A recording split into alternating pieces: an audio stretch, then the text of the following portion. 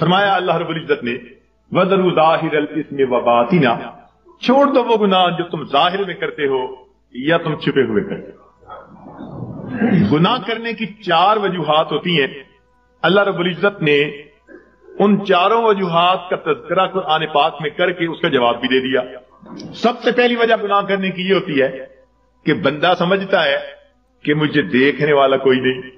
سب سے پہلی وجہ مجھے دیکھنے والا کوئی نہیں، اور اگر اس یہ پتہ ہو نا کہ چھوٹا بچہ بھی دیکھ رہا ہے تو گناہوں سے بچے گا۔ تو جب یہ احساس دل میں ہو کہ مجھے دیکھنے والا کوئی نہیں تو یہ گناہ کرنے کی پہلی وجہ۔ اللہ تعالیٰ نے قرآن پاک میں اس کا بھی جواب دے دیا، فرمایا ان ربک لبالمرصاد، تیرا رب تیری گھات میں لگا ہوا ہے۔ اب یہ مرصاد کسے کہتے ہیں؟ مفسرین نے لکھا کہ جب کوئی شکاری اپنے شکار پر نشانہ باندھنا چاہے تو بڑی توجہ کے ساتھ اس کو دیکھتا ہے، حتیٰ کہ اپنے سانس کو بھی تھوڑی دیر کے لیے بند کر لیتا ہے، پلک بھی نہیں چھپکتا۔ اس کیفیت کو مرصاد کہتے ہیں۔ گویا اللہ رب العزت ہمیں اتنے غور سے دیکھ رہے ہیں جیسے دنیا میں کوئی شکاری اپنے شکار کو غور اور توجہ کے ساتھ دیکھتا ہوتا ہے۔ تو جب ہمیں اتنی باریکی سے دیکھا جا رہا ہے تو ہم کیسے کہہ سکتے ہیں کہ دیکھنے والا کوئی نہیں؟ تو اس کا جواب دے دیا کہ یہ نہ سمجھنا کہ دیکھنے والا کوئی نہیں، ان ربک لبالمرصاد۔ گناہ کرنے کی عموماً دوسری وجہ یہ ہوتی ہے کہ آدمی سمجھتا ہے کہ کسی کو پتہ ہی نہیں چلنے دیا، جی میں نے فون کیا پتہ نہیں چلنے دیا، میں نے فلاں یوں کیا پتہ ہی نہیں چلنے دیا، کسی کو پتہ ہی نہیں دی۔ یہ گناہ کرنے کی دوسری وجہ ہوتی ہے کہ بندہ سمجھتا ہے کسی کو پتہ ہی نہیں۔ اللہ رب العزت اس کا بھی جواب دیتے ہیں، فرماتے ہیں کہ میں وہ ذات ہوں یعلم خائنۃ الاعین وما تخفی الصدور، میں جانتا ہوں تمہاری آنکھوں کی خیانت کو اور جو تمہارے دلوں کے اندر چھپا ہوا۔ تو جواب دے دیا کہ یہ مت زوم میں رہنا کہ ہمیں کوئی نہیں، کسی کو پتہ ہی نہیں چلنے دیا، وہ جانتا ہے تمہاری آنکھوں کی خیانت کو اور جو تمہارے دلوں میں چھپا ہوا۔ تو اس کا بھی جواب دے دیا۔ گناہ کرنے کی عام طور پر تیسری وجہ یہ ہوتی ہے کہ بندہ سمجھتا ہے کہ میرے پاس کوئی نہیں تھا، میں اکیلا تھا، جس کا تھا ڈر وہ نہیں ہے گھر، اب جو چاہے کر، مقولہ بنا ہوا ہے۔ تو جب بندہ محسوس کرتا ہے نا جی میرے پاس کوئی نہیں تھا، تو یہ گناہ کرنے کی تیسری وجہ ہوتی ہے۔ اللہ تعالیٰ نے اس کا بھی جواب دے دیا، فرمایا تم 3 ہوتے ہو تو چوتھا اللہ ہوتا ہے، 4 ہوتے ہو تو 5واں اللہ ہوتا ہے، وَهُوَ مَعَكُمْ أَيْنَمَا كُنْتُمْ، وہ تمہارے ساتھ ہوتا ہے تم جہاں کہیں بھی ہوتے ہو۔ تو اس لیے اس کا بھی جواب دے دیا کہ یہ نہ سوچنا کہ پاس کوئی نہیں ہمارے۔ گناہ کرنے کی چوتھی وجہ، انسان ڈھیٹ بن جائے، بے حیا ہو جائے۔ بچہ بڑا ہو جائے نا، بے حیا بن جائے تو باپ کو کہتا ہے اچھا نہیں میں کرتا، کیا کریں گے؟ یا پڑوسی کو کہتے ہیں اچھا نہیں میں یوں کرتا، تم کیا کر لو گے؟ یعنی جب یہ دین میں ہوتا ہے کہ کوئی میرا کچھ نہیں بگاڑ سکتا تو بندہ کہتا ہے تم کیا کر لو گے؟ اچھا میں کرتا ہوں، تم کیا کر لو گے؟ یہ گناہ کرنے کی چوتھی وجہ ہوتی ہے۔ اللہ تعالیٰ اس کو بھی جواب دیتے ہیں اور فرماتے ہیں کہ بندے یہ مت سمجھنا کہ اللہ تعالیٰ کیا کر لیں گے، ان اخذہ علیم شدید، اس کی جو پکڑ ہے وہ دردناک بھی ہے اور سخت بھی ہے۔ وَيُوثِقُ وَثَاقَهُ أَحَدٌ، ایسے باندھتا ہے کہ ایسا دنیا میں کوئی باندھ نہیں سکتا۔ ایک جگہ فرمایا انی اعذبہ عذاب لا اعذبہ احدا من العالمین، میں ایسا جو ہے عذاب دوں گا کہ جہانوں میں ایسا عذاب کوئی دوسرا دے نہیں سکتا۔ اور جب قومیں نافرمانی کرتی ہیں فرمایا فصب علیہم ربک صوت عذاب، اس کا کوڑا آتا ہے عذاب کا۔ تو فرمایا یہ مت سوچنا کہ کوئی کیا کر لے گا، حیثیت ہی کیا۔ تو 4 وجوہات کا جواب دے دیا تاکہ بندے گناہوں کو چھوڑ کر نیکی کی زندگی کو اختیار کریں۔ اور گناہ پر اللہ تعالیٰ قیامت کے دن 4 ہی گواہ متعین فرمائیں گے۔ 4 گواہ قیامت کے دن پیش کیے جائیں گے۔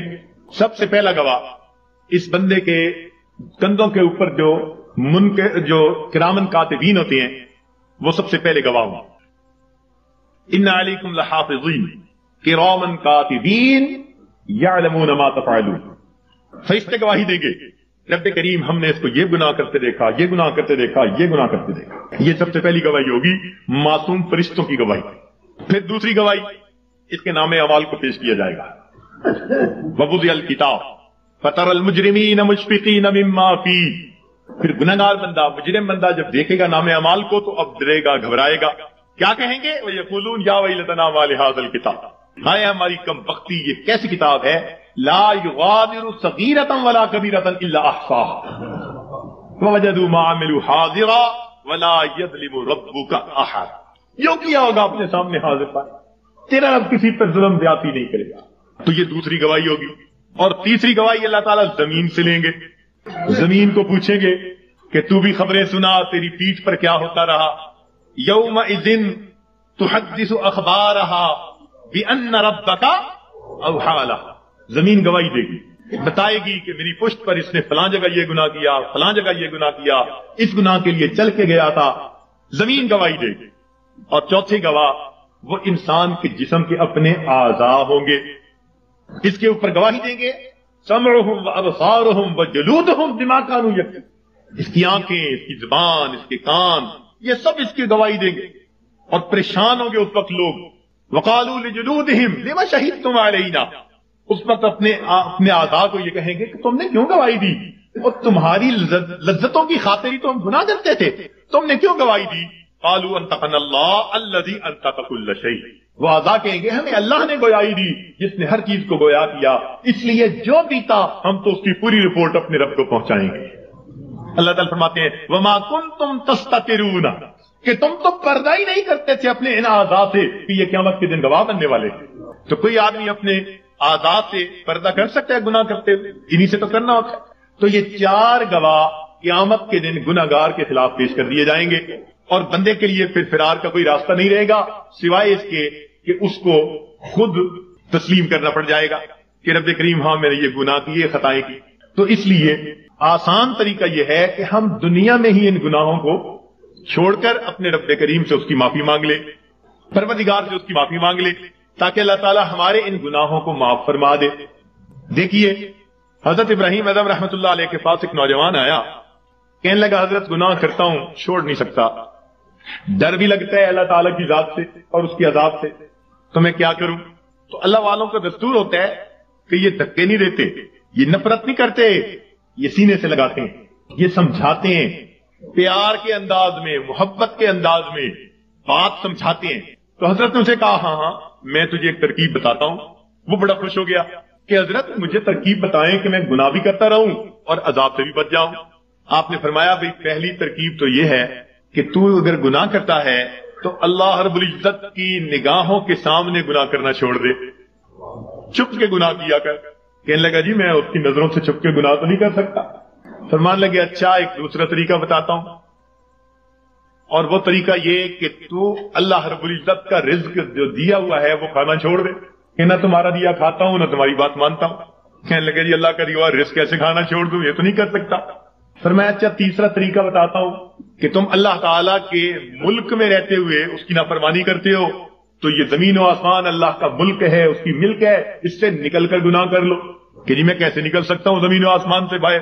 پروردگار بھی فرماتے ہیں یا معاشر الجن والانس ان استطعتم ان تنفذوا من اقطار السماوات والارض فانفذوا لا تنفذون الا بسلطان۔ اور گڑے کی مچھلیوں نکلو گے کسی دلیل سے نکلو گے، کدھر جاتے ہو؟ سنفرغ لکم ایھا الثقلان، اللہ اکبر، ایسا شہانہ خطاب ہے جو ہلا کے رکھ دیتا ہے۔ سنفرغ لکم ایھا الثقلان، تثنیہ کا صیغہ، اے میری زمین کے بوجھو، یعنی نافرمان جن اور انسان ان کو مخاطب کیا گیا، اے جنوں اور نافرمان انسانوں، ہم اپنے آپ کو تمہارے لیے فارغ کر رہے ہیں، ان قریب اپنے آپ کو فارغ کر رہے ہیں، ہم تمہاری خبر لیتے ہیں، تمہارا پتہ کرتے ہیں۔ جیسے ماں کوئی کام کر رہی ہو نا، بچے کو دھمکاتی، کہتی ہے میں آتی ہوں، یہ نہیں کہ آ نہیں سکتی، دھمکانا مقصود ہوتا ہے۔ تو فرمایا اے میری زمین کے بوجھو، ہم اپنے آپ کو ان قریب تمہارے لیے فارغ کر رہے ہیں، نپٹیں گے تمہارے ساتھ، ہمیں حساب لینا بھی آتا ہے۔ وَنَضَعُ الْمَوَازِينَ الْقِسْطَ لِيَوْمِ الْقِيَامَةِ، تو اس لیے وہ کہنے لگا جی کہ میں تو نہیں زمین و آسمان سے باہر جا سکتا۔ فرمایا اچھا پھر میں آپ کو ایک تجویز اور دیتا ہوں، وہ یہ کہ اگر تم گناہ کرتے رہو گے تو نام اعمال میں بہت سارے گناہ ہوں گے، اب جب ملک الموت آئے گا تو اس وقت تم اسے کہنا کہ بھئی تھوڑی دیر انتظار کر لو تاکہ میں سچی توبہ کر لوں۔ کہنے لگا حضرت اس نے تو انتظار نہیں کرنی، جس سانس میں موت آنی ہے اس سے اگلا سانس بندہ نہیں لے سکتا۔ اذا جاء اجلهم فلا يستأخرون ساعة ولا يستقدمون، فلا یستطیعون توصیۃ ولا الی اہلہم یرجعون، وصیت کرنے کی بھی فرصت نہیں ہوگی۔ اس نے کہا حضرت میں یہ نہیں کر سکتا۔ فرمایا اچھا پھر ایک طریقہ اور بتا دیتا ہوں کہ جب تمہیں قبر میں لے جائیں گے اور منکر نکیر آئیں گے اور پوچھیں گے سوال و جواب، تو اس وقت منکر نکیر کو کہنا کہ میری قبر سے باہر نکل جاؤ، جیسے ہم نے گھروں پہ لکھوایا ہوتا ہے نا، بغیر اجازت اندر آنا منع ہے، نو ایڈمیشن وداؤٹ پرمیشن، تو تم بھی کہنا پھر بغیر اجازت کیوں آئے؟ اس نے کہا جی وہ مجھ سے پوچھ کے تھوڑا آئیں گے۔ پر میں اچھا پھر ایک آخری بات باقی رہ گئی، وہ تجویز بتاتا ہوں۔ اس نے کہا کون سی؟